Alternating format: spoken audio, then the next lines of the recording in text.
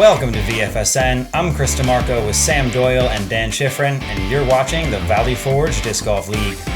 That's right, Chris. We've got our second matchup here with the New Jersey Goldfinches versus the Arctic Tundra here at Breakwell Steel Disc Golf Course in Warwick, New York.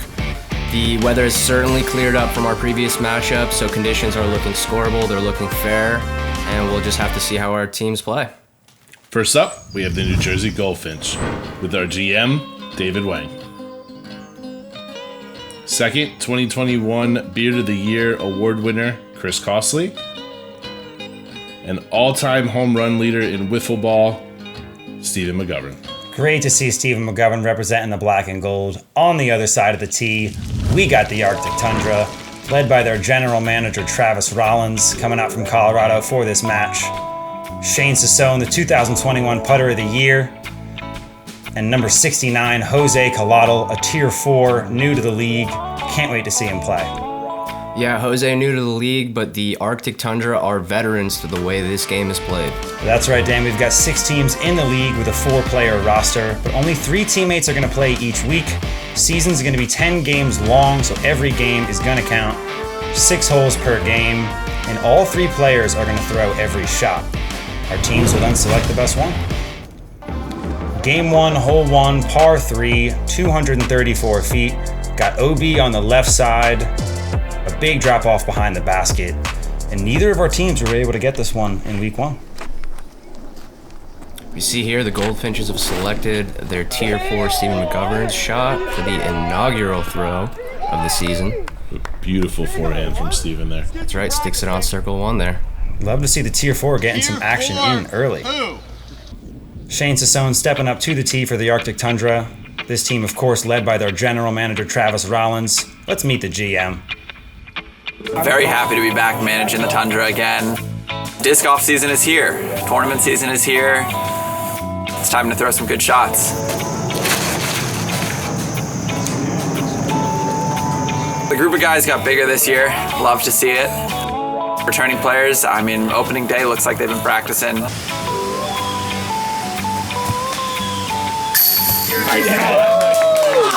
New guys look strong, bringing a good energy to the league. Very excited, looking forward to the playoffs. I think it's going to be a good disc golf. This season's going to be a little different for the Tundra. I am living in Colorado and managing the Tundra from Colorado. I am living in Colorado. Been talking to the guys, staying in contact with them, trying to get a scheduling plan going. Colorado. I'm here for opening weekend. I'm super happy to be here. Travis is recovering from an injury right now.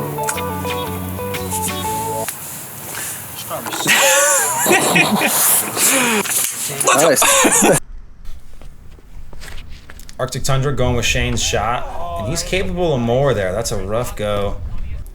Definitely not what they're looking for. Going with their number 4's upshot, a little forehand turnover.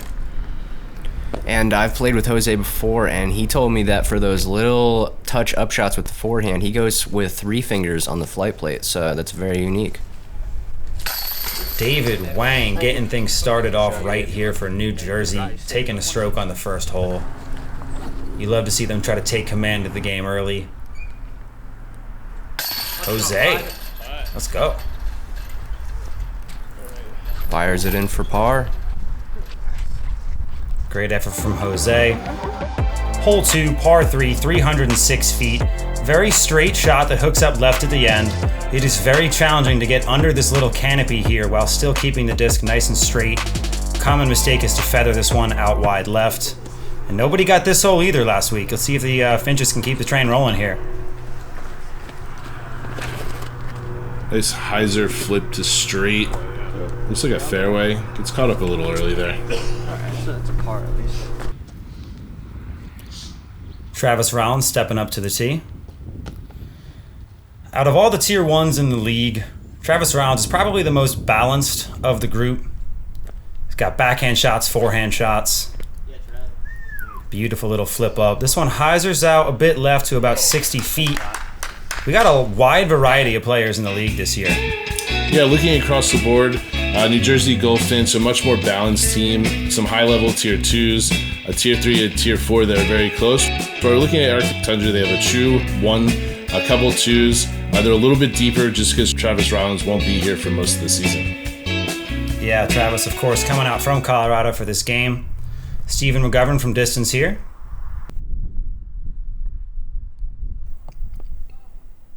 It was a really good run. Shane Sassone, fantastic putter. Let's see what he can do here. Let's go. Nice hit. Great birdie too for the Arctic Tundra. Best putter in the league. Really good to get that there. Putting champion last year, best putter of the year, showing why he was named that. And Cosley absolutely jamming it in. He puts the same power no matter where he is on the course. Hole 3, par 3, 320 feet. Left to right shot, going uphill the whole way. And look at this finish. Majestic, powerful. Disc Question golf. for the commissioner. Starting the 2022 season, do league strikes reset? League strikes do not reset. I wanna reiterate this rule. If you get 3 league strikes, you owe the entire league a bag of Cracker Jacks. You're sitting at, I'm pretty sure, 3 strikes. I think I have 2, otherwise I would have bought Cracker Jacks. Okay, you have 2. You would have bought Cracker Jacks. He knows. You gotta buy a box of Cracker Jacks. If you get 3 league strikes, you gotta buy a box of Cracker Jacks. Scott's provoking me. Look at this, because this just looks like a league strike. It's just too small, too big, just doesn't look right. And it is hole 2. Travis Rollins on the tee. Whoa! Wow. Should be a league strike. That's a league strike. We're filming here. That's a league strike. on the tee. That's a league strike for Scott DeMarco. I can't believe it happened already. Let's take another look at this. As you can see, Travis Rollins is clearly on the tee while Scott razzes him.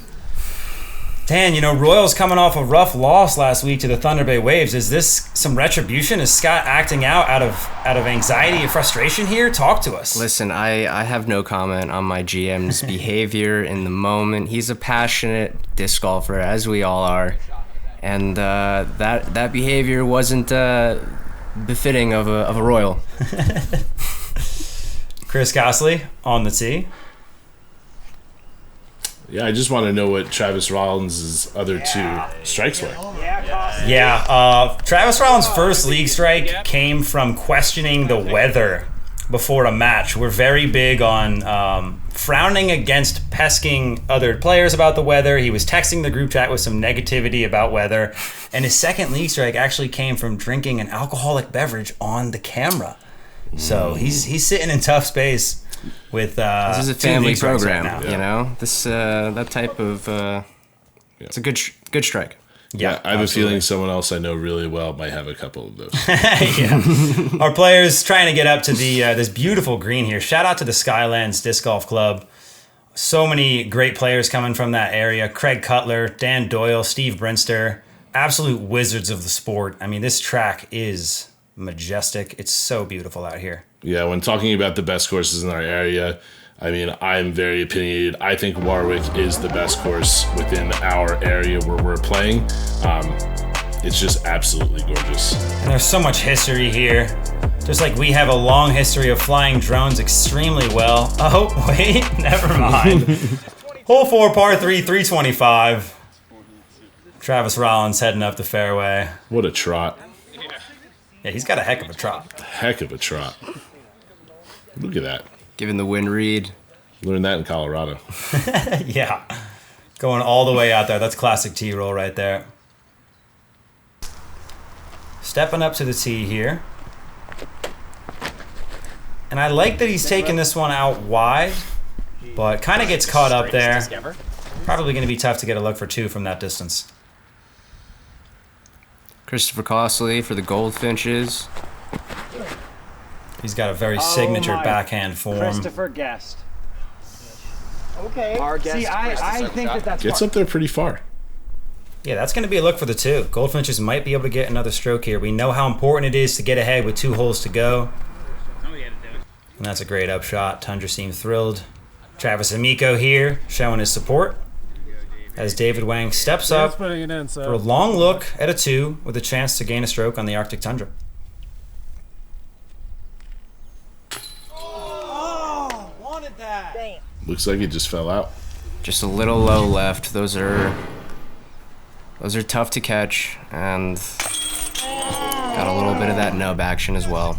Yeah, a little bit more mustard on that one. Jose taps out for the Tundra. And Costly absolutely scorches one home from 10 feet. So we're gridlocked here after the first 4 holes. Sam, first time in the league. What do you think of your Goldfinches out there? Yeah, I really like their game. I think they're very knowledgeable of the courses themselves. I think almost all of us play these courses pretty regularly and in tournament structure. So I think the pressure's a little bit off our shoulders. But we're playing very calm, very smooth, and I'm really excited for the season. Yeah, Stephen McGovern representing well out there. Stephen had a big shot on the first hole to get your team that birdie. Talk to us about that shot. I give a lot of credit to the veteran players out there. They've been helping me out a lot throughout my time out here. So give it up to those guys, really. Nice on. And we saw Stephen McGovern, his 3rd year as a Goldfinch, the longest tenure in this league, outside of the general managers, of course. Hole 5, silver to blue, par 4, 362 feet. This one hooks up really hard to the right at the end here, and there is OB lining that right side, so you got to play it out straight. But if you can hook it up well, you can have a long look at the 2. And we saw 2 birdies here last week, guys, so the pressure's on coming into these last 2 holes. Yeah, I think from the white tee and from the blue tee, it's a true 2-shot hole for a par 4, which is great. Yes. You got to make the gap, you got to make it out, and then you got to make it up to the hole. Nice shot. As we can see, Jose made the first shot. Nice shot, Jose. Jose really coming in big here, guys. Making a push for that Tier 4 Player of the Year this year. Both teams getting a lot of utility out of their Tier 4s right now. It's really good to see. What a kick.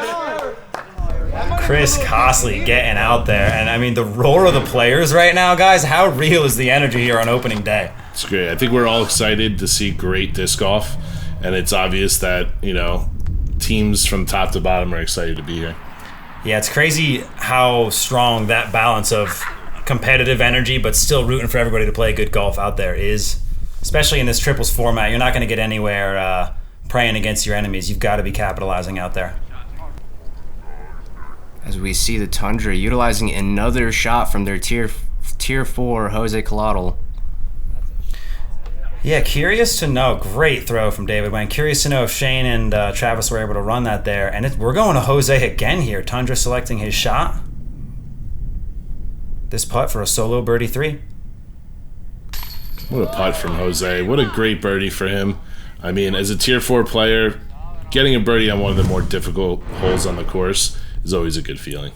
Yeah, I mean, to have players like Travis Rollins and Shane Sassone as your teammates and to get the solo birdie over them. Wow. That's saying something. And Goldfinch is right there, matching, stepping into the last hole. And we got a tie ball game. Hole 6, par 3, 378 feet. You're going to see most players attack this gap here. Putting the disc on nice hyzer with good power, and a little bit of a nose-up angle can help you stall out in the air and hook up well down this hill. This is a very challenging hole to attack, but you will occasionally see players get inside circle 1. It is a very attackable hole. We saw some fireworks from the Thunder Bay Waves in last week's matchup. Go check that video out if you have not already. As Travis Rollins puts a beautiful move on that drive for the Tundra. Yeah, that's an incredible shot. And folks, if you're new to the channel, Wednesdays every week at 3 p.m. we're going to be airing episodes all season. Make sure you're subscribed so you don't miss a game. David Wayne puts up a great shot there. I mean, I don't go for the 2 here in tournaments. It makes sense why he probably went out wide. Yeah. I can assume that the other 2 might have went on the inside. Every team has a different look at 3. Yeah, every team has a different strategy there. David's a very conservative player. He likes to get his safe shots first. It's very likely he let Costly go wild. And can Jose take this game? Great run from 69.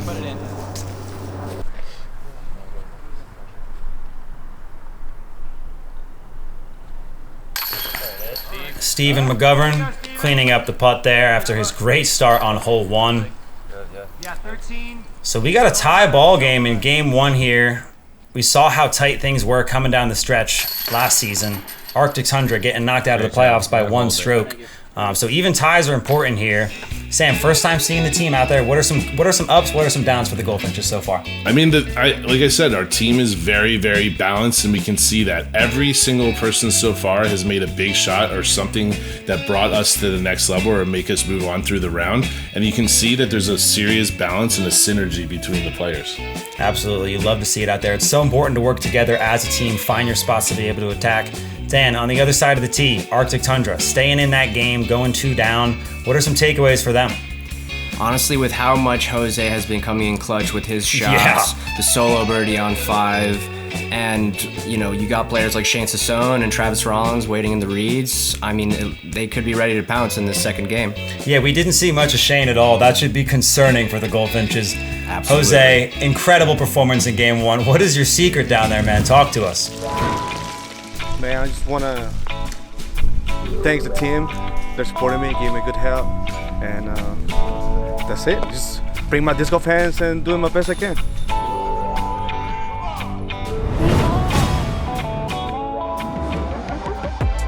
All right, game 2 coming up. Hole 1, par 3, 280 feet uphill. We did not see either team birdie this hole last week, but the weather has cleared up. Got to get through these 2 trees here, give yourself a nice flat, long look at the putt. But this is a very attackable hole. What is going on here? As you can tell, the weather is cleared up. Yeah. Hailstorm coming down out of nowhere here at Warwick. Travis Rollins been working on his distance a lot. Yeah. And it shows. What a great shot. One of the harder silver holes on the course. Great pump. Yeah, that's an absolute park job from Travis Rollins, and a great way to get your second game started. That's a great shot by David Wayne, too. Any look here is solid. Yeah, long tester for Chris Costley. Pressure's on with the Tundra sitting at about 15. Great putt from What a Costley. What a beard. What a great putt that was. Trademark thumbs up. Yes, the signature thumbs up from number 22, Christopher Costley. Bangs it in. What almost looked like his softest putt of his day. Yeah, that thing floated. Yeah, every other putt. That thing had a full life cycle to it. Every other putt. And Jose coming in clutch with another putt. And I believe he was holding up a Battle of Greystone Woods mini marker there. You'd love to see it. Yeah. Hole 2, par 4, 737 feet. Long hole, but you can get to this mouth here for a nice clean upshot at the second. But conditions have been on and off crazy all day. The river is flowing. There's a strong breeze in the air, and this one's going to be tough to get to. One of my all-time favorite holes in disc golf. It looks like Travis is throwing nearly the perfect shot, maybe a little turned over, but man, this shot is awesome.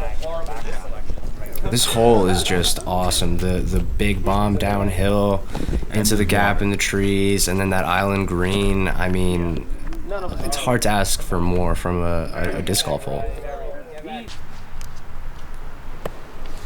Nice shot from David. A little bit pinched off to the left side, but a true hyzer should be able to get them there. Shane Sassone representing in the classic Arctic Tundra bucket hat. What's this? Low. Pretty low, yeah, but he sticks the green. What did he get through there? Everything. He floated over some thickets there. It was sweet result. Yeah, it looked like he missed a little wide left in the beginning, but the rest of the flight was true. Really great shot from Shane, getting them a look for the 3. It looks like the Goldfinches are kind of struggling here. Costly. Let's see if he can make this par nice and simple. He was definitely pinched off there to the left. It is a really hard shot. What a great upshot by Chris Costley. Christopher. With the lock breaker. It's been Hats a while. off to you. It's been a while since we've had Costley on coverage, and it feels good. It really, really does. With that elegant form, just tip-tap-toes up there. Tip-tap-toe. And hello. Straight to the bottom. 215 feet. Wow. Great shot from Costley. Shane Sassone with a chance to take a stroke. I mean, there's no way he's missing that, right? Shane All known day. for these putts, man. All day. Doesn't matter if it's in or out. He's knocking it down if it's deep.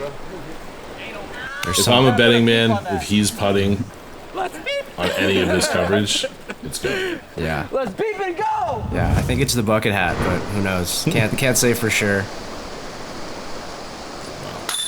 Great form. Come on! Let's beep and go! Crash Bandit. Dang. Drop in. Hard. And if you went long on this day, you are not getting your disc back. Extra nerves on that putt. Hole 3, par 4, 633. Very low ceiling off the beginning, which is very crucial to this hole because it does kind of go a little bit uphill. Very hard to get it out to the left.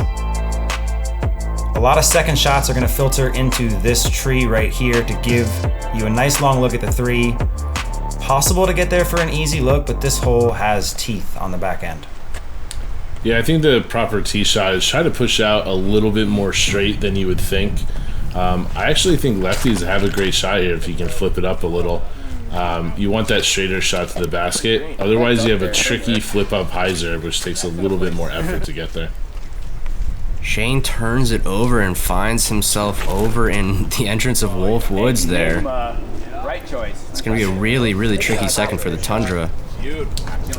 Shout out to Dustin Wolf of Disc Golf Ledger.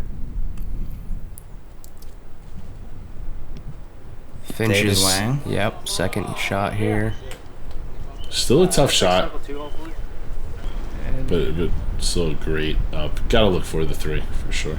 A lot of distance from this drive from the Tundra, but they're in a tricky position here. Fantastic, Jose. Travis absolutely loves it. He's been extremely encouraging all day. Doesn't know Jose at all, has never played around with him. But to see them come out here on opening day with this kind of great vibe, promising for the Tundra. Let's go.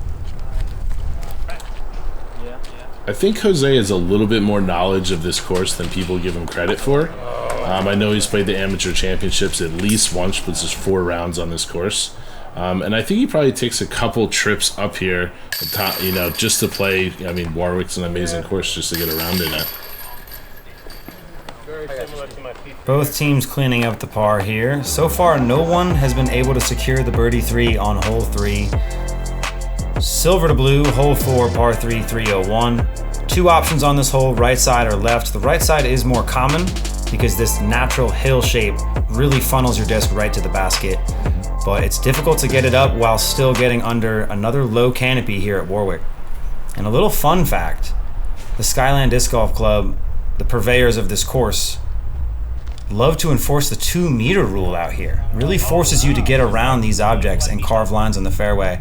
I'm not a big fan of the 2-meter rule, but I respect it for this course. I mean, rules are rules. If they want to play it, they play it. If you still want to take the shot that might force you to be, to take that penalty, that's your choice and your risk. Absolutely true. This is a format where we can see some extra aggression, but Goldfinch is not really able to get a great look at the 2. As Stephen McGovern just kind of floats that one in for the 3.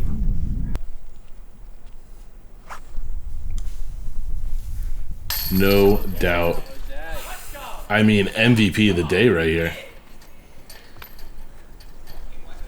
Jose carrying the tier 1 and tier 2 on his shoulders. Shane is in disbelief. He's just like, I can't believe it.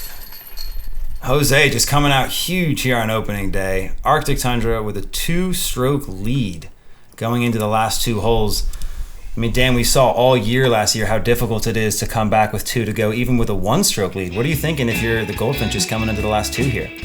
I'm thinking that they can't be thinking about that. I mean, I think we only saw in one or 2 instances of people coming, or a team coming back from a single stroke deficit. So going into one to play with 2 to make up is a really tall task. So they just got to think about how crazy tough 18 is and just play their best golf on it. Yeah, I mean, I'd have to agree. I think the Goldfinches here, they know they have 2 holes. They're not totally out of it yet. But they know they have to make moves, so I expect them to be a little bit more aggressive coming up. Hole 5, par 4, 555 feet. It's tough to find separation in the triples format on this hole. We're gonna need to see the Goldfinches get themselves a look at the eagle, if they want to gain a stroke going into 18. With 3 players, it's almost impossible to par this hole. Travis Rollins stepping up to the tee. Talking about how 17 is typically the Raz tee. I agree. Big pressure on this moment. He's been talking a lot about his distance playing out there in Colorado. Wow. We saw both of our teams in our previous matchup get a look at the 2 on this hole. Doesn't seem to be the case for the Tundra here, but it should be a really easy approach for their 3. It's definitely a crush. It's definitely a far shot, but like you said, any average shot gets you within that 140-foot range, and you can definitely give it a run with the backstop. Whatever you want to throw into this hole on your second shot, it does not matter. You can pick almost anything and throw it right at the basket at any speed. David Wang with the approach. Get down. Yeah, there was a crazy playoff on this hole. Warwick Ams, was it 2019, Sam? Yes, we were both there. Yeah, that was incredible. 3-way playoff between Scott Spellman, who else was it? Zach Doyle, Scott Sean Spellman, Healy, I believe. and Sean Healy, yeah. Yeah, incredible disc golf was played. It went for at least 6 or 7 holes. This hole definitely has some amazing capabilities to bring out some crazy drama. And just like that, the Goldfinches lose another stroke heading into 18. Hole 6, par 5, 900 feet. Challenging tunnel shot off of the tee. Very ideal if you can get over this hill here to set yourself up with nice clean footing to attack the left side of this tree. You'll see a lot of forehands, a lot of backhand rollers. Again, just very narrow hallways created by these trees. Looking to get yourself set up to be able to attack the fairway here. Hopefully get a nice look at the 4. Gorgeous hole. So I'm new here.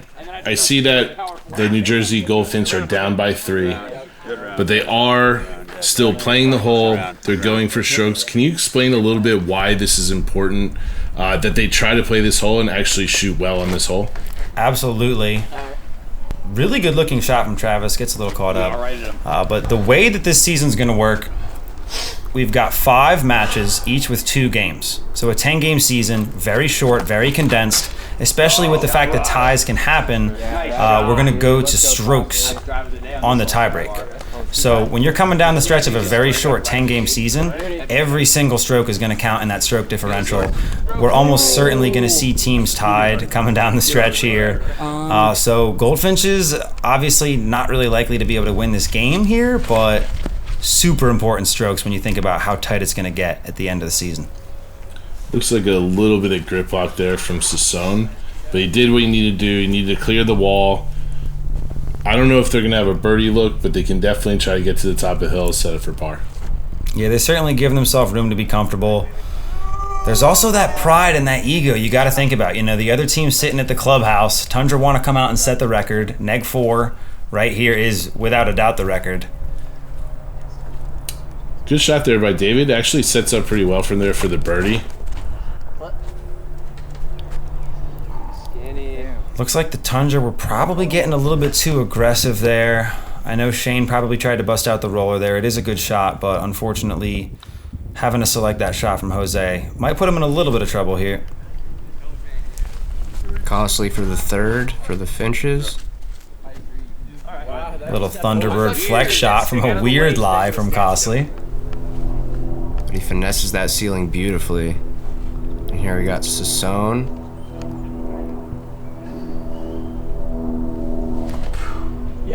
Yes, Shane. Great shot, kid. Big shout out to Travis Rollins. Really great GMship all day today. Super encouraging of his players. I mean, you need to foster that development and that growth here in the Valley Forge Disc Golf League. Great run there by Chris, but it looks like they're both set up for par. Get down. Great shot, Shane. Shane Sassone plops that one onto the green as David Wang cleans up. And we're going to see one of very few bogeys that we've seen here in the Valley Forge Disc Golf League, but the Tundra certainly afforded them some room. You hate to lose 2 strokes of separation in the season here. I just felt like the synergy was a little off. This was the battle of the number 4s today. It really seemed like Jose came out on top. We saw Steven really strong early on, but I like to see him more in game 2, kind of clutch up and hit those shots. We don't have a true number 1 on our team, so our middle of our pack is where our strength is, and we just needed Steven to carry us a little bit more going in that second game. But I'm excited for the future.